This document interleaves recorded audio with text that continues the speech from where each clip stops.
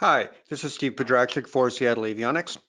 What we're going to be talking about this afternoon is the visual logbook feature, which was introduced in FlyQ EFB 4.0 fairly recently.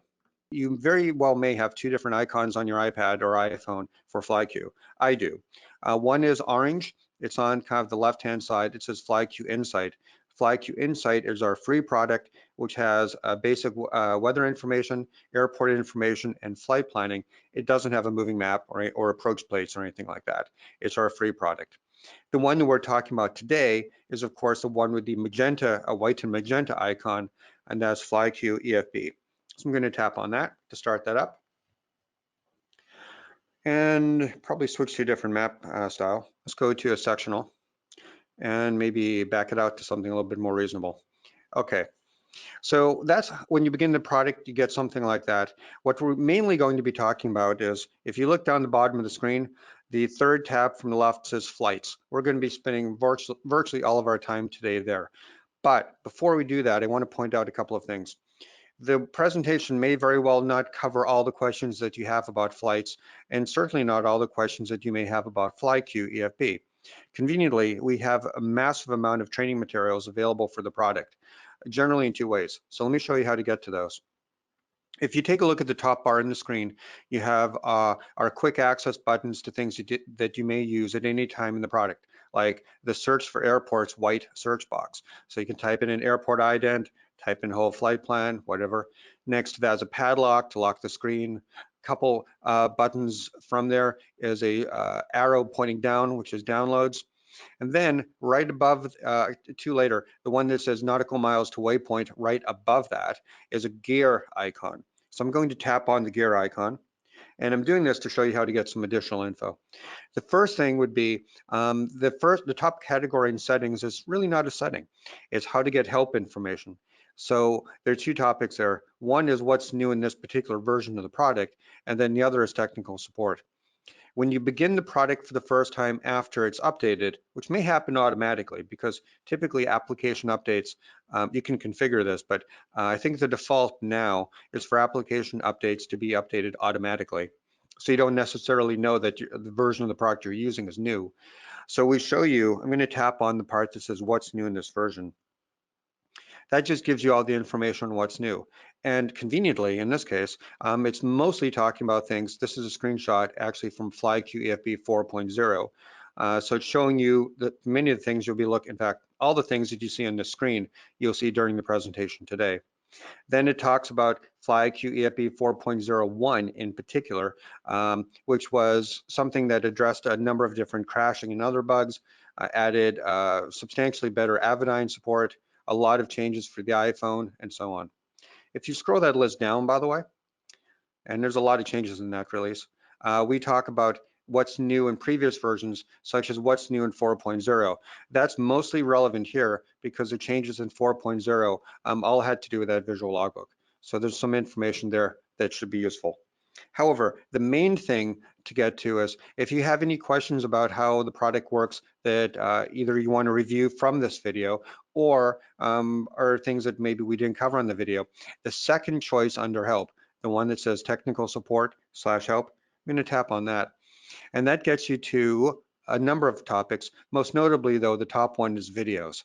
So we have, I'm going to tap on that videos link here. We maintain a YouTube channel, which you can get to just from any web browser on a Mac or a PC, iPhone, iPad, just by typing in youtube.com/FlyQEFB, or clearly you can get to it from within the application itself. Either way, it looks kind of like this. The thing about this channel that's really great is, as I said, there are about 82 videos, soon to add another 4 or 5 videos based on the webinars we've been doing. It's broken into categories. The top category is uploads. So this shows you some of the most recent updates we've made to the product. Most of those have to do with FlyQ EFB 4.0, just because that's the most recent major release. But the ones that are really, I think, probably the most relevant are here. This is what we call the 7-day challenge tutorials. Most of these, there's a series of videos, it looks like about 10 of them or so. I guess I can't count very well, it looks like 12, but you get most of these in 7 days. The majority of these videos are under 10 minutes long, and at least the first 7 or so are very, very specific to getting you up and running quickly. So if you're new to FlyQ, this would be a fantastic place to start. The very first video I would watch if you're new to FlyQ or haven't used it in a while is in that 7-day challenge tutorial category, the one called The Basics. In about 8 minutes, 49 seconds, it covers most of the material you need to effectively get up and fly with the product and navigate safely. The next one is downloading data, airport information, flight planning. Again, all of these are around the 10-minute mark. Then you get into some more, since we are talking about the visual logbook today, there's some additional information, also relatively quick, on various aspects to the visual logbook to do with analysis, playback, the Floq connection network, CFI features of the product, and so on. Now, I'm going to, on the upper left corner of the screen, there's a very small arrow to the left side. This is FlyQ EFB, and then I don't know why it does this, but a fictitious time and date stamp. If I tap on that, I go back to FlyQ. I'll hit in the upper left-hand corner is a close button. I'll tap that. And one other resource that you should know about, it's a pretty big one, I'm gonna hit done here too, is in our documents section. Documents is a place in FlyQ where we have about 250 different documents we've either taken from the FA or documents that we've created ourselves, and documents that you also can create yourself and add to it. But the really relevant part here is, by the way, the documents, if you tap anywhere on the screen, my tab bar is going to go away now, lasts for about 6 seconds. But on the far right-hand side is documents. I'm going to tap on that. Most people don't have this many documents. You probably have two. The two documents that you'll have, just scrolling down the screen here a little bit, the two documents that you have are most likely a pilot's guide, like one of the documents in the middle of the screen here, and also the sectional and tack chart, which is this document right here. It's a great legend. It tells you what all those symbols are in almost every sectional. That's also baked into the product. I'll hit the done button in the upper left-hand corner to dismiss it. But the pilot's guide is really the important part here. What's neat about the pilot's guide, it's 181 pages, which is pretty long. However, it's pretty easy to navigate as well. If you tap anywhere on the screen here, you notice that there's a little slider down the bottom that's really slick. Lets you go to any kind of general place in the product, just stop moving and it works. You can also move around by just swiping left and right. And if you look towards the upper left corner of the pilot's guide screen, there's the word done. There's arrows that mean two arrows going in two different sides that mean expand. And the one next to it I really like, the one with 4 dots, 4 squares, that gives you thumbnails. I'm going to very, very quickly scroll that to the top.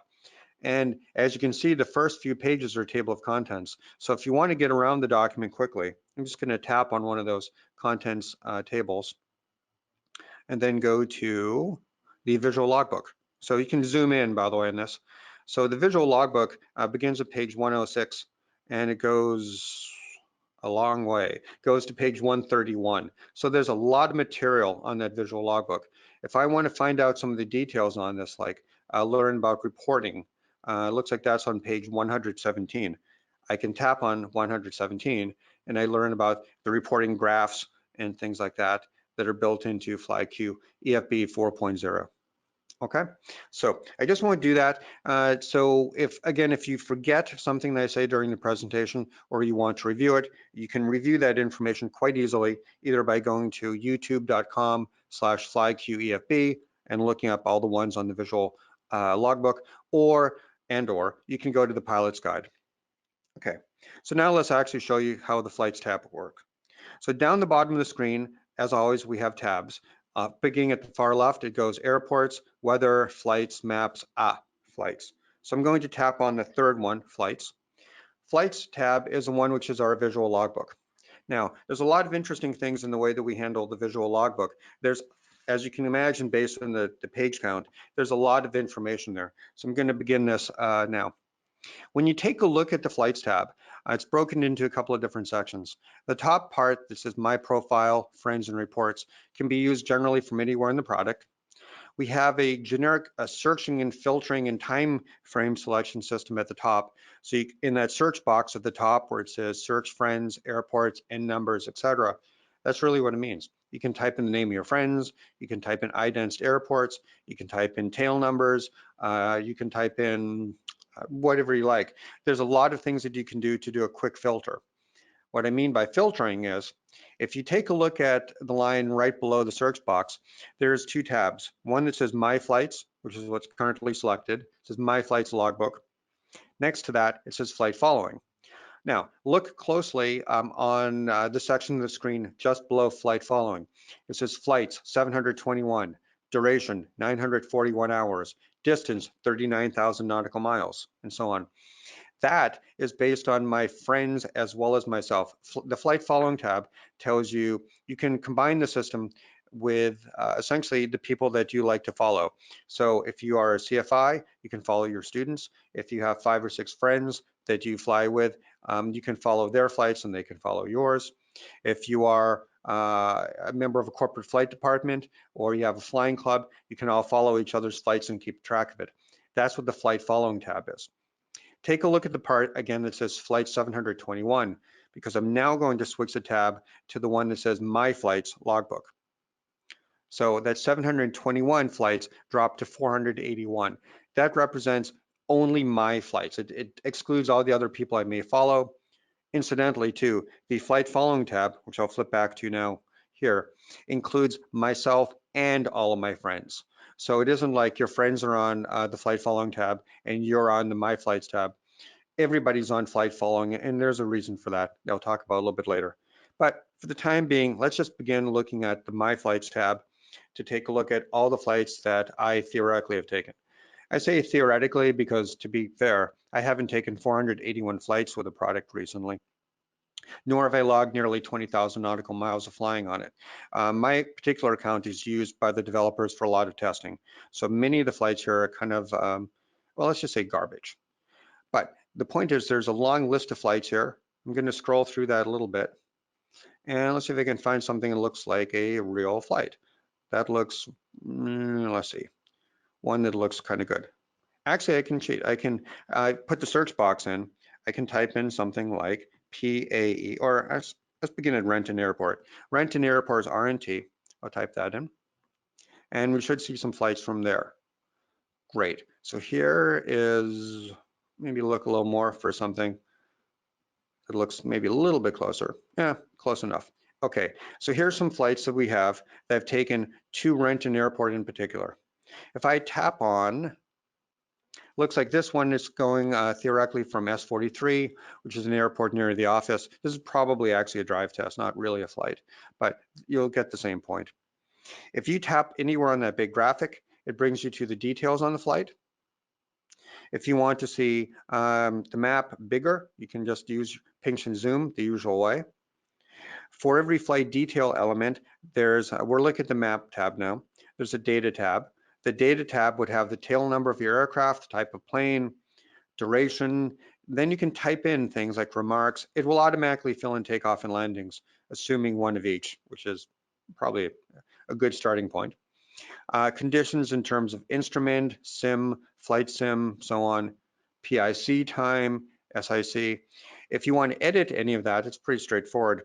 Of course, you can't edit your friend's flights, obviously, but you can edit your own. So there's a button in the upper right corner, right below the status indicators, the things that say GPS, that's green, and the green button say WX.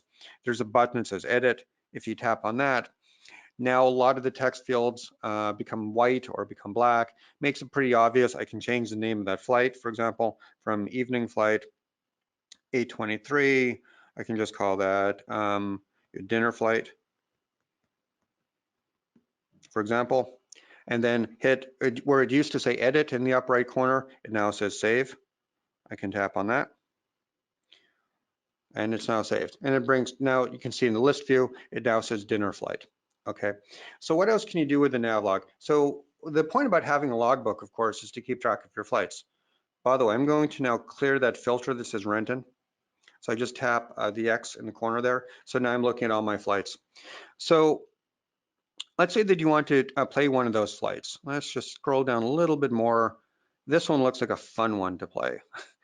I'm hoping that this is a driving test and somebody didn't go totally crazy on the flight here. But if you want to play one of these flights, it's very simple. Next to my name and next to right below the icon for me, or rather, I guess the photo of me, and my name it says September 16th, 2019, 4 p.m. There are a series of blue things. In FlyQ EFB, like on a web page, anything that's blue means you can click on it to do something. So immediately next to it is a box, next to my name, is a box with an arrow coming out. That's the generic Apple thing for action. So I'm going to tap on that. And there's a lot of things you can do when you tap on the action button. You can share the image, meaning you can post this very quickly to, say, Facebook or to Instagram. You can email it to yourself. There's an email option there. You can print it. You can save it to your documents. If you took various photographs during your flight, there's a choice there to add photo. I'll talk about the endorsements that has to do with CFI stuff a little bit later. And a commonly asked question, by the way, is if you record a flight by mistake, like because maybe you were driving and you really don't want to count that, hitting the action button, the final choice in the action button menu is delete. Obviously, if it's not your flight, you can't delete it. So a number of these options are not available if you're looking at someone else's flight, but in this case, they are there. I'll tap off that. The button right next to the action button is a blue triangle. That's kind of the universal play this button. So I'm going to tap that, see what you get. When you tap the play button, amazingly, it plays. This definitely looks like a driving test. Looks like I'm following the roads, probably quite a bit on here. But you can see what you can do. You can play your flight and you can play your friend's flights. So again, if you're a CFI, for example, and you want to review your students' flights, super simple. You just set them up as people that you follow, and then you can play back their flights. Playback, by the way, is available in both 2D and 3D. I don't think we're going to get a very interesting 3D in this case, no. So I'm not going to do that. But maybe we can find another flight that is a bit more realistic. I know. This would be a good chance to show you what it's like to follow somebody else's flight. So in addition to my flights, like I said, you can follow someone else. I'm going to hit the where it used to be a play button. I'm going to hit it to be pause. You see the other information about the flight there too, by the way. You see from airport and to airport, the total distance, which is very small, duration. To get to a little bit more interesting flight though, I'm going to go to the flight following tab, which is at the top of the screen. And I'm going to take a look at some flights that some friends of mine have taken, which are probably a little more interesting. For example, my friend Michael Prime, had this flight. It looks like he took off from his home airport S50, landed back at S50, but he flew for about 80 miles for about 50 minutes or so. So let's take a look at his flight. I'll hit the play button. It downloads the data, overlays the track, and it begins to play. Now, if in FlyQ EFB, since version 1, we've had a simulator where you can play back not really play back, but you can play a flight plan. With the introduction of FlyQ EFB 4.0, that is also used to play a track, to play a flight like this.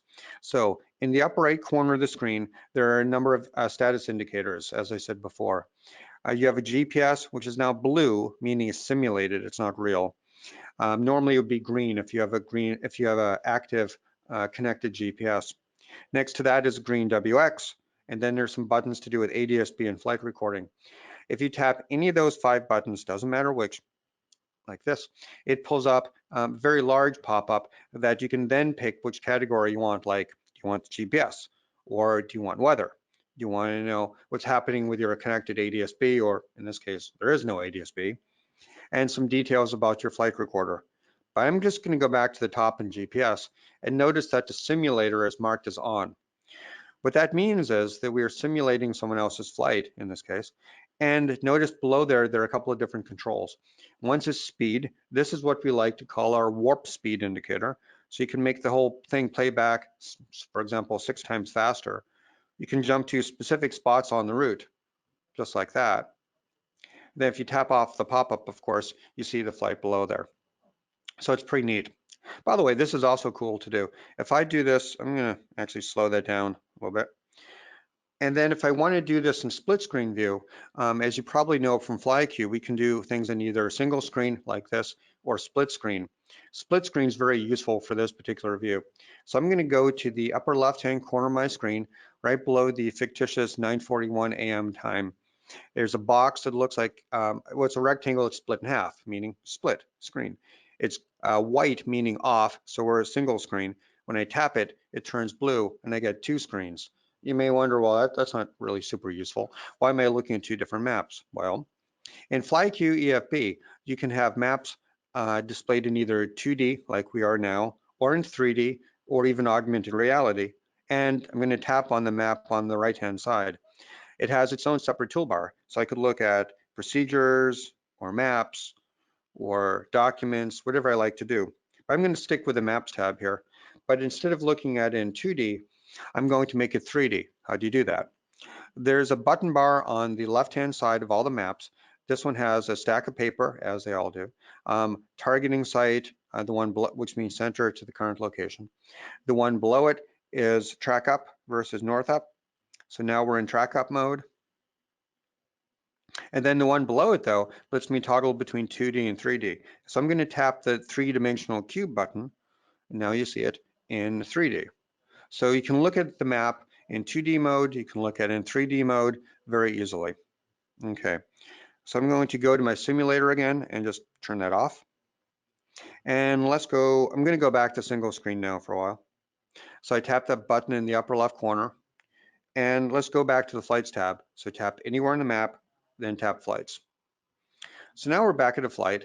You see some detail about that. If I think Mike did a really nice job on the flight, I can give him a thumbs up just by tapping on it. So now there's one thumbs up. If I tap on the number 1 there, nope, okay. You can also type in a comment. You can type in something like great flight, Mike, like that. And then you hit the blue button on the side there that says post.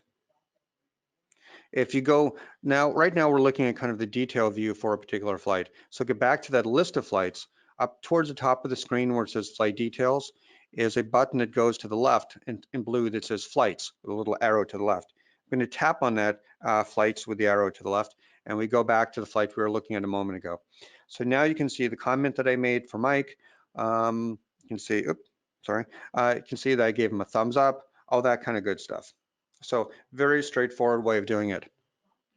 To look at more information about that particular flight, like let's say I saw that he did a flight from S50 and I didn't know where that was. Remember, blue means you can tap on it. So I'm going to tap on one of the S50s and either is from or is to, and it jumps me to the airport information about his home airport, as it happens, which is Auburn Mini. So I see all the information about that airport right there. To go back to flights, I just tap on the flights tab and I'm back to where I left off. Let's talk a little bit more about the details too. So I'm going to get to the details view here. You can basically just tap anywhere in the cell or on the map. So I find it easier to tap on the map. So when I tap on the map, I see another view again of him.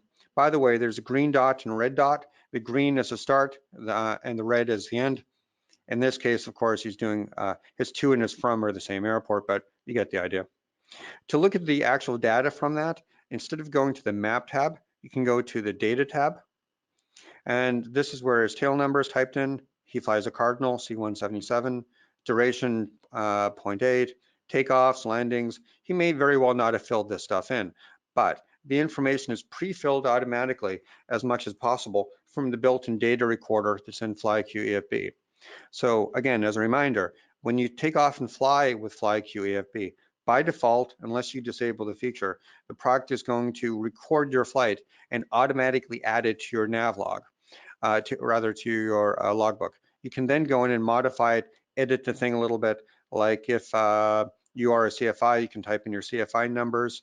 If you are receiving dual instruction, you can type in that, and so on. If it's cross country or simulated or instrument, you can log that as well. Also, if you have taken any flights if you take any photos rather during the flight, that second tab, or rather the third tab there, remember it says map, then data, which is what we're on now. If you tap the one next to it that says photos, you can add a photo there. But one of the best features, I think, is the analysis tab. The analysis tab here shows you, by the way, you can click on these, but you have a number of graphs. You have a graph giving you information about your altitude and speed over time, just altitude over time and speed over time. So I'm going to tap on the top one to see it nice and big. And you can see that the flight was indeed about 50 minutes or so. And this graph is automatically generated by the product. The green part on here is the altitude. So it looks like there are two different scales, one on the left side. That's really weird. Okay. One on the left-hand side of the screen, which talks about the altitude in feet, and then on the right side, which has your ground speed. So it looks like he was flying pretty low. He was flying generally under, actually always, under 2,000 feet. And his ground speed, he also kept relatively low to be around 100 or so. This sounds like a sightseeing flight. So it's just looking at pretty stuff. If when you look at this, though, you want to do something with it, remember I said before that there's a generic button in iOS on the iPad and the iPhone for sending something. So if you take a look at the upper right corner of this display, again, below where there's a green GPS and WX marker, if you tap on that box with the arrow coming out in the upper right corner, you can share the image, you can email it, print it, or save it to documents. And by share image, it's pretty cool. You can actually go into share image. You can airdrop it to one of your friends. You can send us a message as an email. You can even, if you have things like Facebook set up or Instagram or Twitter, you can send it to Facebook, Instagram, Twitter, that kind of thing. So pretty cool, pretty very, very easy way to share that image with somebody. Then the final thing is if a particular flight has comments, next to the analysis tab to the right of that, it says comments. So you see the one that I made here today. You can add another one, other people can add comments and so on. The ability to do a like or to add comments is relatively minor here. The main point to this is that you have the ability to see where your friends have been flying. They have the ability to see where you are. It really creates a great sense of community. And here's another terrific use for it. I talked a lot about the fact that you can play back a flight, you can do things like that. But one of the other great uses here is there's a button towards the top of the screen, top right, again, under the green GPS and WX in green, that looks like a place mark icon. That is, kind of looks a little bit like maybe an inverted raindrop. That's kind of the universal icon for map something or place something on the screen. So I'm going to tap that and take a look at what you got. So when I tap this, I'm suddenly seeing markers on the screen in different colors. Now, this is actually pretty cool. So what the system does is it figures out, I remember that there were 781 or something flights in the system. It figured out where people have been flying the most. So this is color coded. Remember, FlyQ is a color coded app. Green is good, red is bad. So the airport that, since I selected my friends, the airport that my friends and I have jointly flown to the most is in green, which happens to be KVNY, which I believe is Van Nuys Airport. Right, you see it right in the map there. Similarly, WHP is being a lot because that's in orange, but BUR, like many other airports, only has one flight to it, so it's not very common. If I wanted to know who's been flying to VNY, I can just tap on that green marker that says 318 VNY right here. And what it does is it shows me, these are almost certainly test flights that the development team has done. But as you can see, there's been an awful lot of flights to and from that airport. I'm going to go back to my map, though, to take a look at some of the other ones. So if you zoom out, this is what we call a heat map display. So green good, red bad. So the green circle there, I'm going to actually change the map type to maybe terrain. You can just see this a little more clearly. So the green here towards, let's make it a little bit bigger. The green here in the middle is the area that you've flown the most to. And then if we zoom out the map, you start to see colored dots representing other areas as well. You just zoom that in a little bit.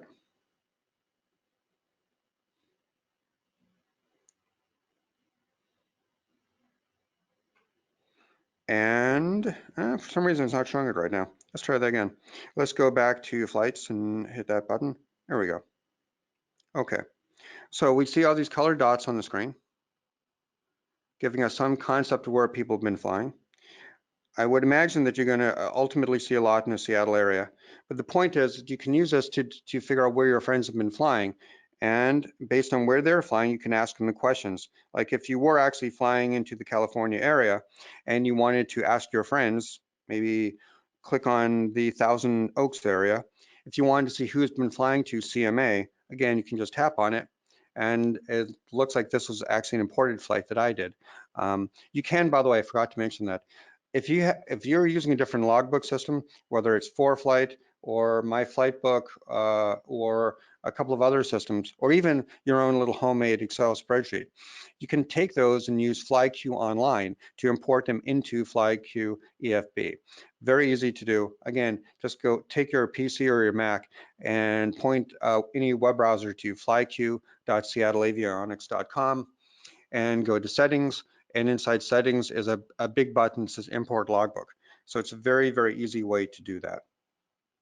Okay, a couple of points I should mention here. You obviously, if you're looking in the flight following tab, which means looking at your flights plus your friends' flights, you can edit your own flights, but if I wanted to go into Michael Prime's flight over here, notice that there is no, in the upper right corner, no edit button at all, and that's because I'm not Michael Prime, so I don't get to change his flight.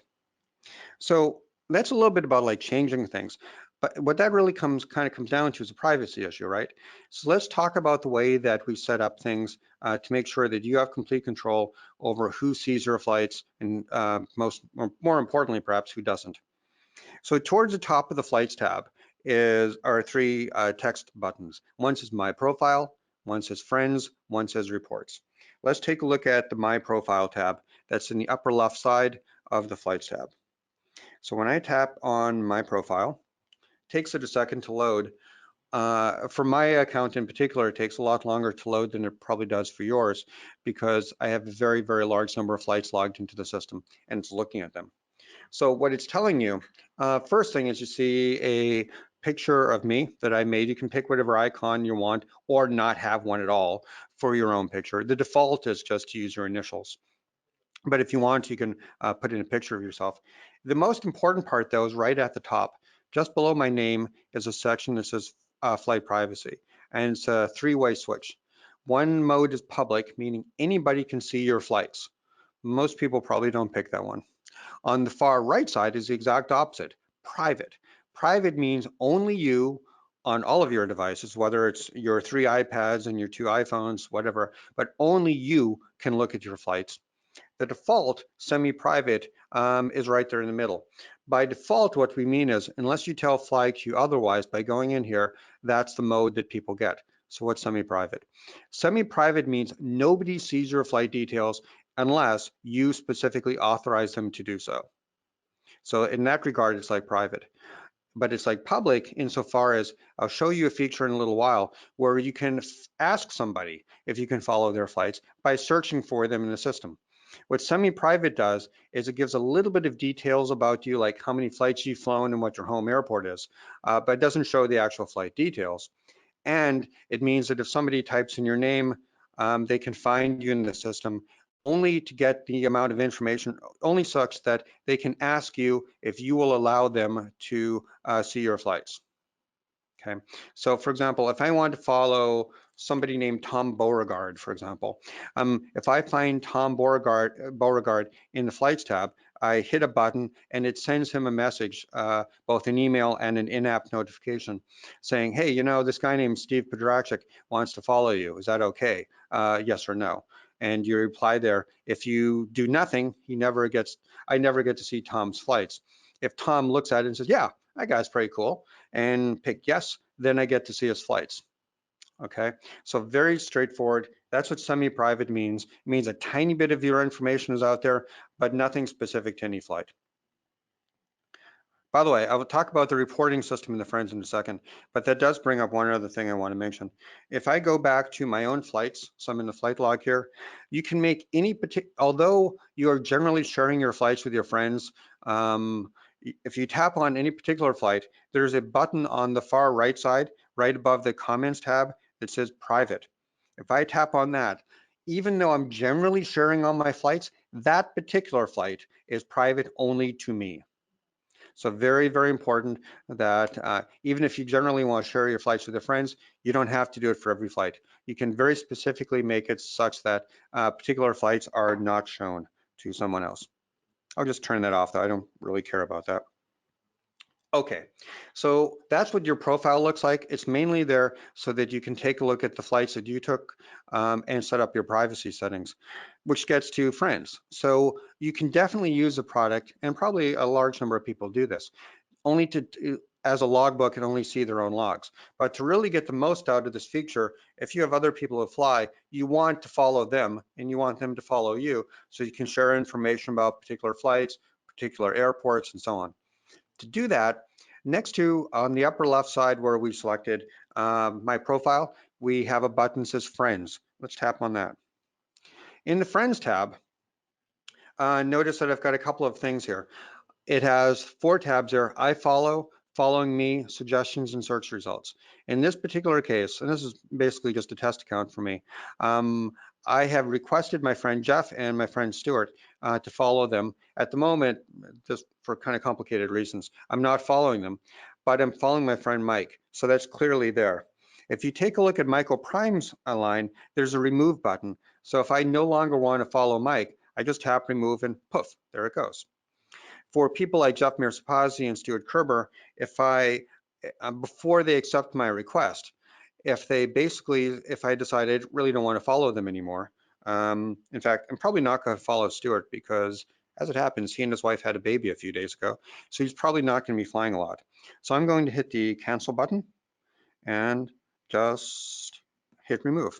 And that should remove him eventually from the list.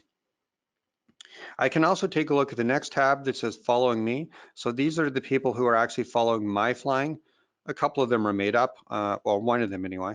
Joe Pedrachik is obviously a fictitious account, that's me.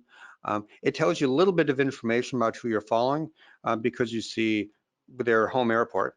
So if I were to tap on, say, John Rutter, it gives me a little bit of information about John. His account is amazingly actually cited as public. That's kind of amazing. So I see the tracks that are on here. I see his home airport, the number of people that he has followed. Oh my gosh, he's following 24 people and he's being followed by 2 people. Let's go back to my friends list. What's cool though is if you, so the main thing here is there's a search box on top. So if you know the name, hopefully you know the name of your friend, you can type in your friend's name, your friend's email, that kind of thing, and find them and see if they're in the system. Don't try to make it too generic though. Like if you type in Mike, the system's going to say, well, that's really lovely, but we have 2,223 matches to that. Can you be a little bit more specific? We're probably, so searching by last name for somebody is probably a lot better. You can also though look for home airport. So especially, this works really well if you fly to a smaller airport. For example, if you fly to Boeing Field and you type in BFI, the system will say, well, that's great, but that's too many matches to show you. That's 225 people. We'll probably adjust that number. On the other hand, if you take a smaller airport like this one, CLM, type that in, and it pops the list of about, tried this a little bit earlier, I think it's about 20 or 30 people that are in that particular airport. So give it a second just to come up with that. There you go. Okay, so these are people who flew to the airport and you know a little bit of information about them. In addition to their name, you know how many flights they've taken. So it looks like Ronald Phillips and William Kittner have taken a pretty large number of flights, about 150 and 100 respectively, while realistically Ken Palmer has only taken 6 flights. So, you know, probably more interesting to, and it looks like Ronald has taken a flight as of November 8th. So if you fly out of that airport and you want some other people who fly out of there that you want to talk to, what you would do is you'd hit the button, let's say it's Ronald. If I want to follow Ronald, I would hit the button that says request follow. That means that I am requesting that I follow him. He will get an email, as I said, that says, Steve wants to follow you. Is that okay or not? Give him a little bit of information about me, like my home airport, nothing else. And he'll also get an in-app notification. That's a little bell icon at the top of the screen. If you take a look at the button bar at the top of the screen, the one on the far right side of that button that looks like, well, a bell, is notifications. So that would tell me if I were Ronald, that Ronald will get a notification that Steve Pedrachik wants to follow him. And it would have buttons to accept that or reject it. So that's how that works. Suggestions is also really cool because what the suggestion system does is if you can't think of people that you want to follow, but you just want to follow people who maybe fly from our area or who fly an awful lot, we have a system just hitting suggestions. Like it looks like, let's see who, Bob DeWeese from Z98. I don't know where that airport is, but he's been flying an awful lot. Or Benjamin Paul. So Benjamin Paul flies out of BFI, that's Boeing Field, which is in the Seattle area. So I could tap on there. If I want to know just a little tiny bit about him, I tap there and it'll show me a little tiny bit of information about him. It won't show me his flights because that's kind of the whole point. We don't want to tell you any information about someone else's flights unless they specifically allow you. But we do know his home airport and we do know his name and we know how many people. Looks like he's following one other person. So a little bit of information about him. Go back to friends and there you go. That's a lot of information about how you find friends. The two other things though left in this product. One to do with the visual logbook is the ability to run a report. This is a very important logbook feature.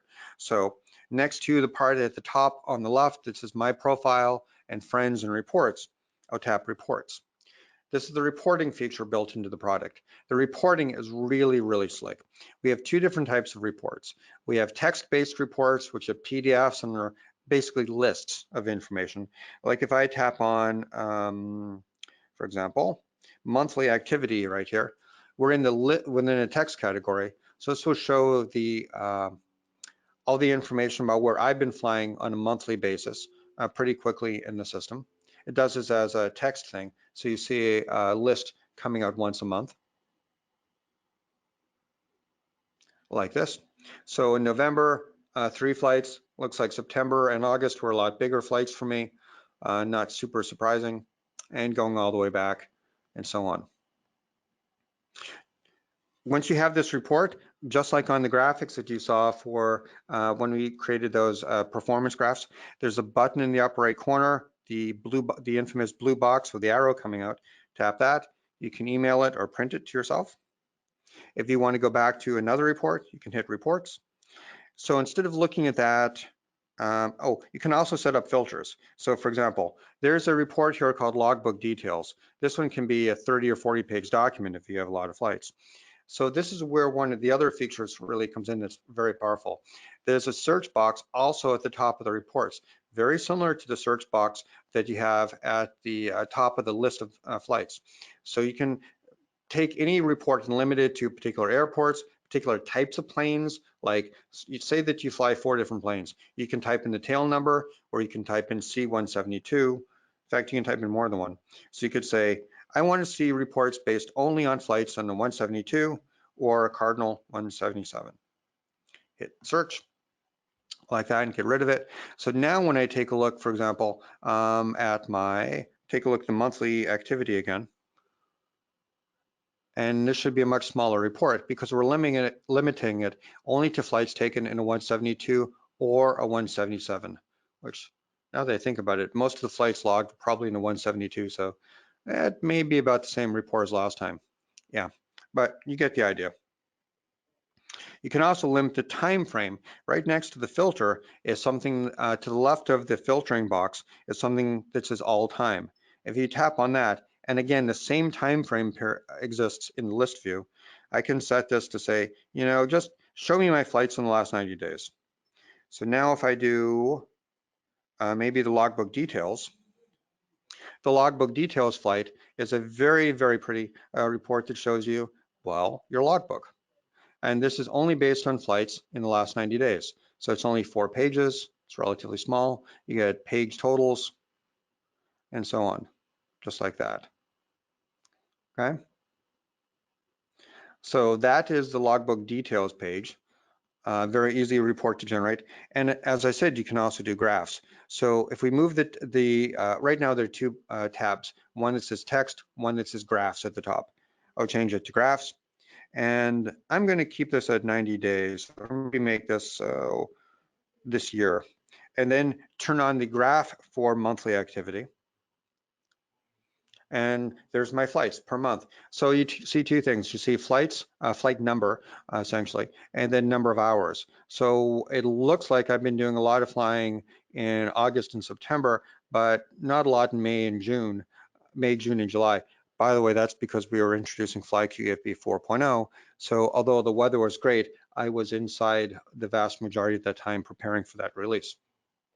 Similarly, we're preparing now for release 4.5, so I'm inside mostly working on that. It's also, the weather isn't nearly so great anyway. So that's how you can do reporting. You can type in filters at the top. You can change the year to whatever time frame you want from all time. You can create all kinds of things like this. You can see which, for example, airports are the most popular airports for me to fly to. So I tapped on top airports as a bar graph, and you see that pop up in a second or two. Nothing quite like doing a live demo with a server system. That you always have to make sure that nothing wonky is happening on the internet. Make sure everything's working out okay. Little tiny bit of a risk while doing a demo. Not quite sure why this one's taking so long to generate, but let's give it a couple more seconds. There we go. Okay, I guess it took a lot of time because there's something like 400 flights in my system right now. So it looks like, as we noted before, Van Nuys VNY is the most popular one.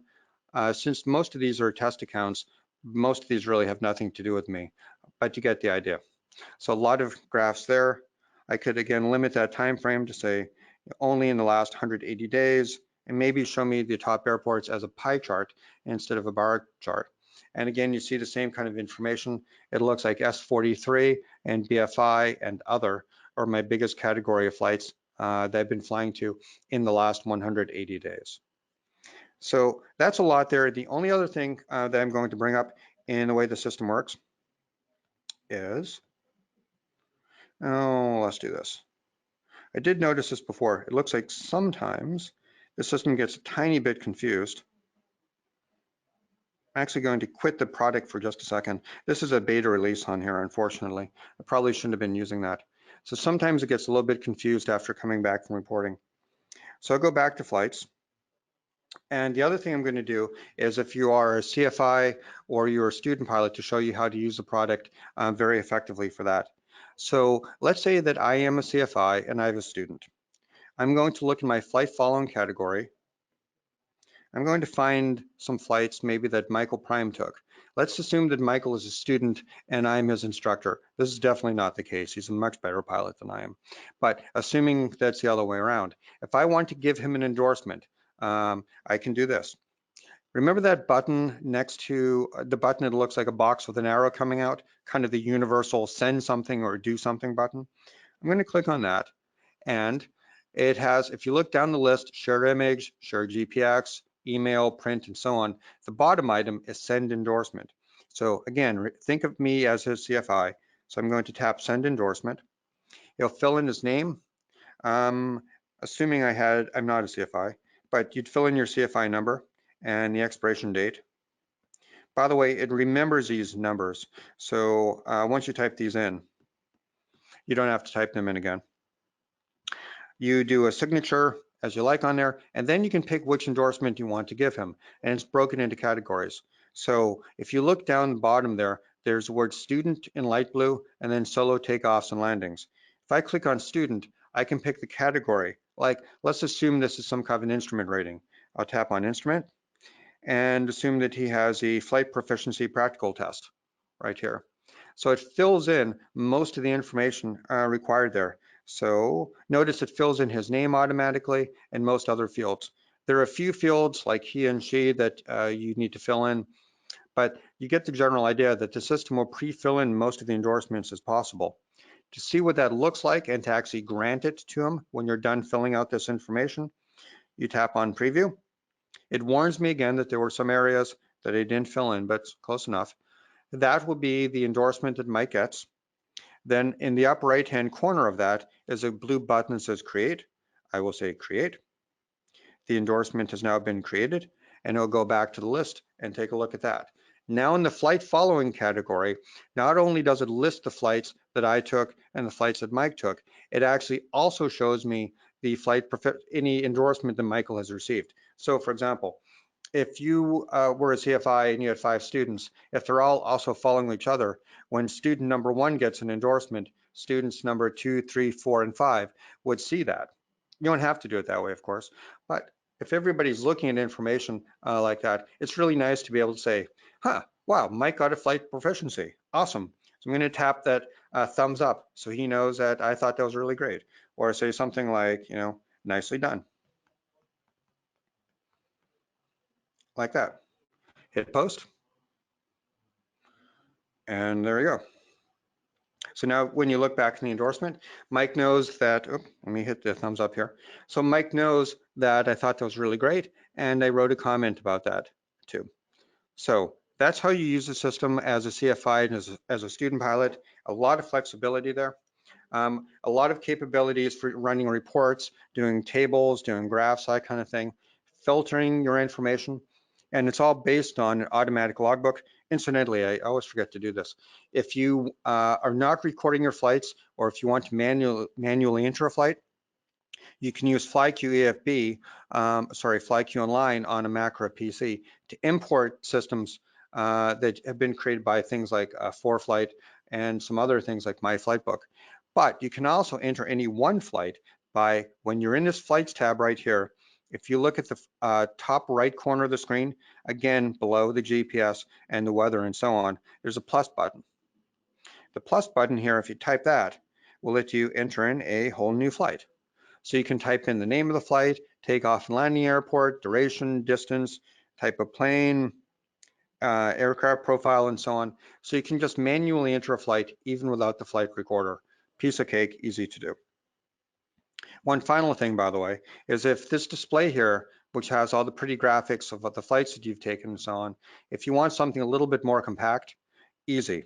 Again, taking a look at the upper right corner where under the GPS and the WX, there's a series of 3 buttons. I talked about the plus button just now for adding a flight, the place mark icon for showing that heat map, and then the third button on there, the one on the leftmost side of those 3, that looks like a list. Tap on the list view and you go into compact mode. So now you see a very compact view of all of these flights, no graphics. You just very quickly see all the flights in a list. And of course, if you want more detail about any of them, you just tap anywhere there and you'd still see the details. You just don't see as many details when you're in the flights list. So that's what we call compact mode.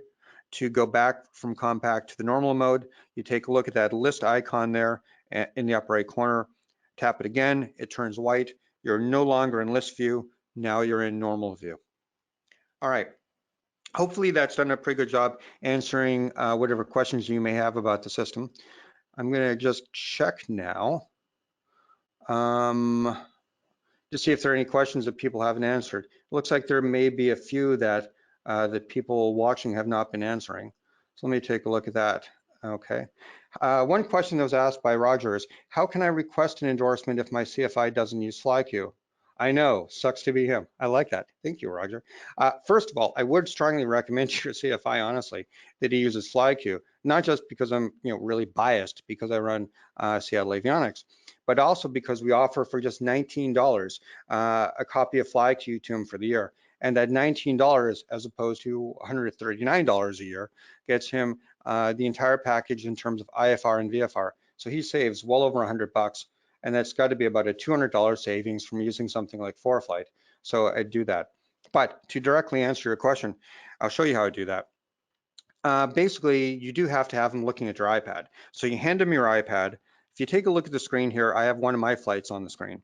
So if I want someone else to endorse me, I tap on that action button, the one with the box with the line coming out, and notice down the bottom, right before delete, is receive endorsement.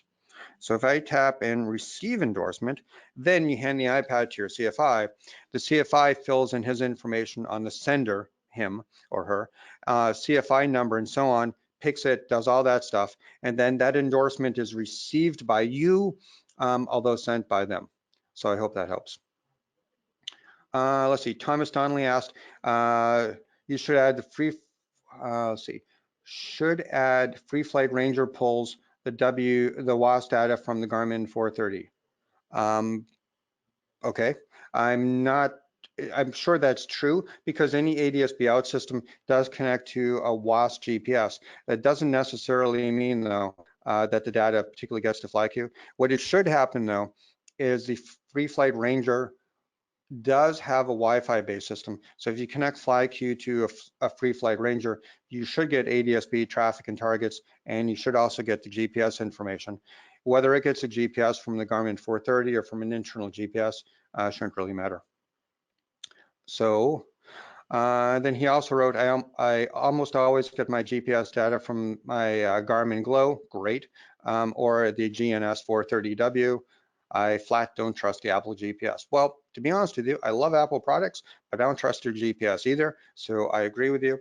I think that if you are flying, you should either fly with either an external GPS like the Garmin Glow or the dual 150, 160, or frankly, better still, which sounds like kind of what you're doing, hook it up to an external ADS-B receiver, which either has a much higher quality internal WAS GPS, or in cases like you, and in cases of using an Avidyne or Skyview or an AFS system, or something like that, also has a much higher quality GPS data feed that comes over the Wi-Fi to FlyQ.